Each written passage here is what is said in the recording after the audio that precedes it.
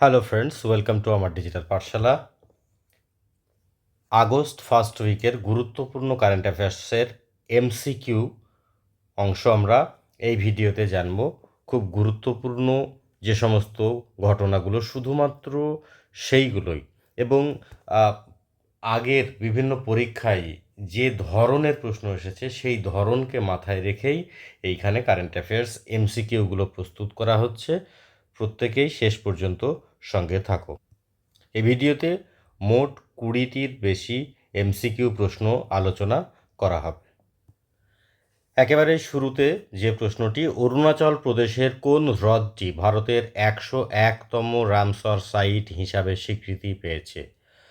লোকটাক হ্রদ, গ্ল লেক, দীপর বিল,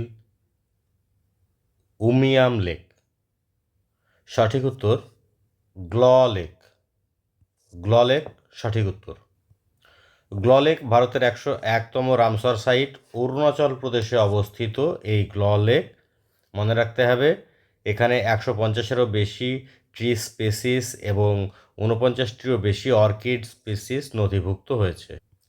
Ramsar convention স্বাক্ষরিত হয়েছিল 1971 সালে ইরানের রামসর শহরে। নেক্সট, ভারতের প্রথম high altitude wildlife safari চালু করার অনুমোদন কোন কেন্দ্রশাসিত অঞ্চল দিয়েছে? জম্মু কাশ্মীর, লাদাখ, চণ্ডীগড়, পুদুচেরি। সঠিক উত্তর লাদাখ।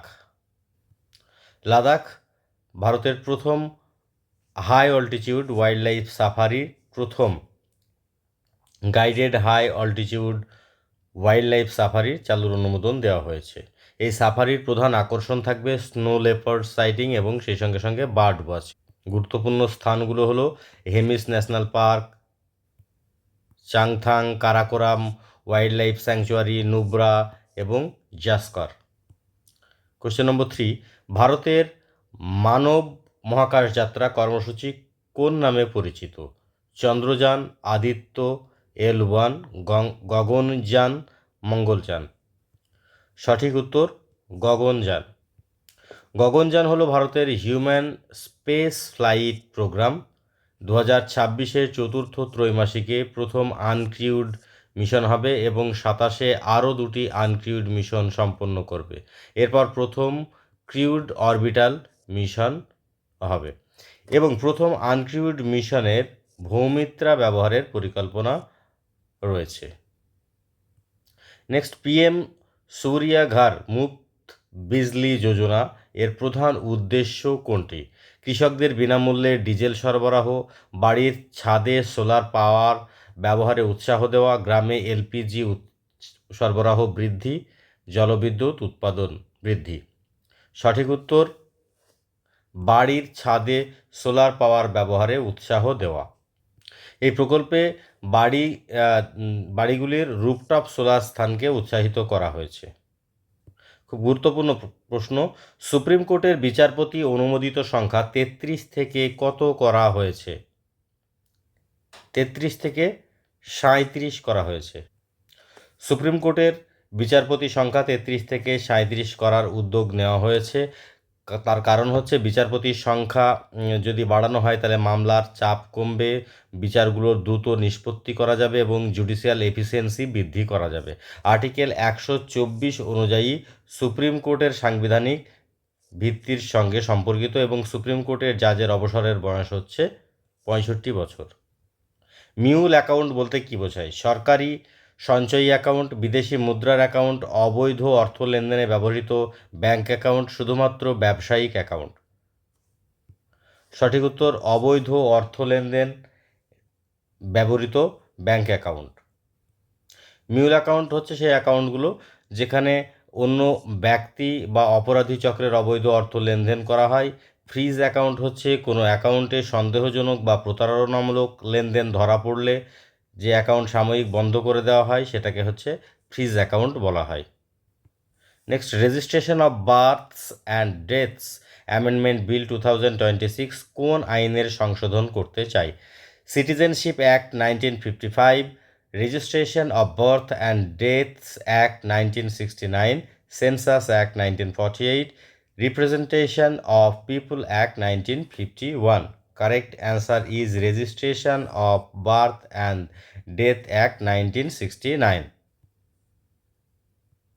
এক্ষেত্রে 1 বছরের বেশি কিন্তু 2 বছরের মধ্যে বিলম্ব হলে নির্দিষ্ট ডিস্ট্রিক্ট ম্যাজিস্ট্রেটের বা সাবডিভিশনাল ম্যাজিস্ট্রেট অথবা অথরাইজড যে এক্সিকিউটিভ ম্যাজিস্ট্রেট তার অনুমোদন প্রয়োজন হবে এই বার্থ এবং ডেথ সার্টিফিকেট রেজিস্ট্রেশনের জন্য।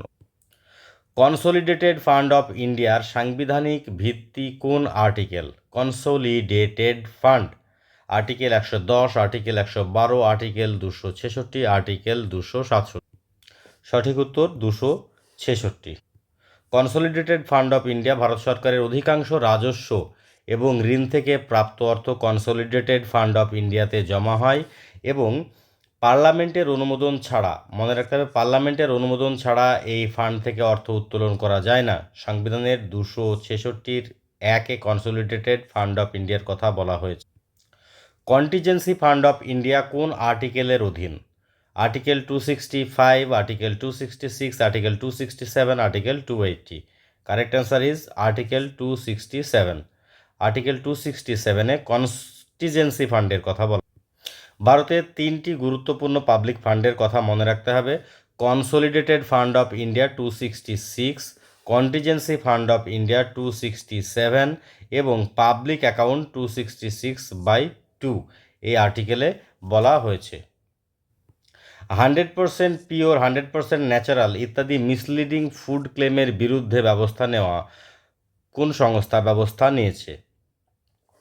আরবিআই, সেবি, এফএসএসএআই, টিআরএআই। সঠিক উত্তর এফএসএসএআই। মহানদী নদীর উপর অবস্থিত গুরুত্বপূর্ণ বহুমুখী প্রকল্প কোনটি? ভাকরানাঙ্গাল, হীরাকুদ, তেহরি, সর্দার সরোবর। সঠিক উত্তর হীরাকুদ বাঁধ। ভারত এবং ভুটানের সম্পর্কের কোন ক্ষেত্রটি বিশেষ গুরুত্বপূর্ণ? Hydro power cooperation, nuclear weapon trade, arctic research, space tourism. সঠিক উত্তর hydro power cooperation. Strait of Hormuz কোন দুটি জলভাগকে সংযুক্ত করে? রেড সি ও মেডিটেরিয়ান সি, পার্সিয়ান গালফ ও Gulf of Oman, Arabian Sea ও Bay of Bengal, Black Sea ও মেডিটেরিয়ান সি।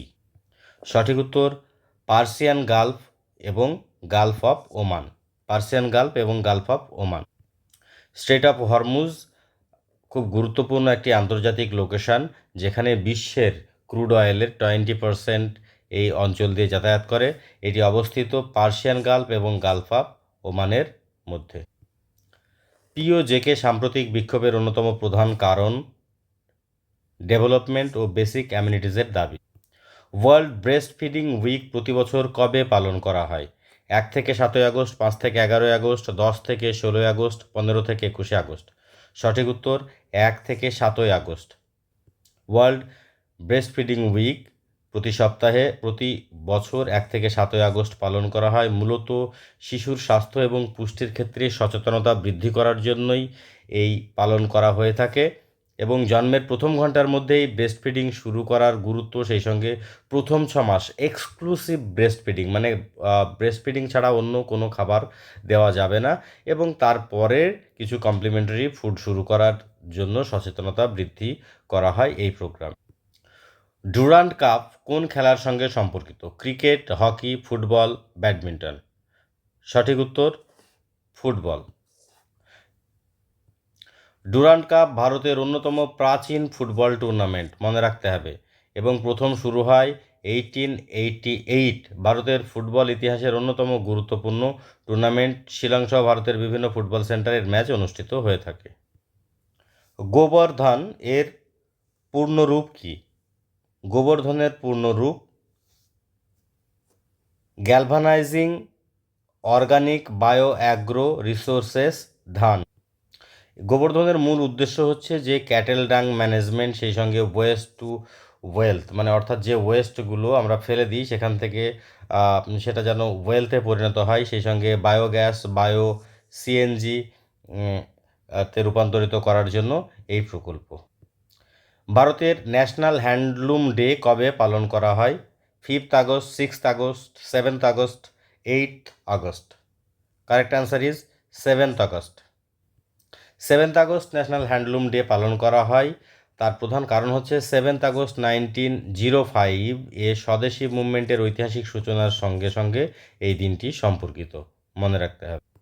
রবীন্দ্রনাথ ঠাকুর কোন সালে সাহিত্যে নোবেল প্রাইজ পান? 1905, 1911, 1913, 1921। সঠিক উত্তর 1913।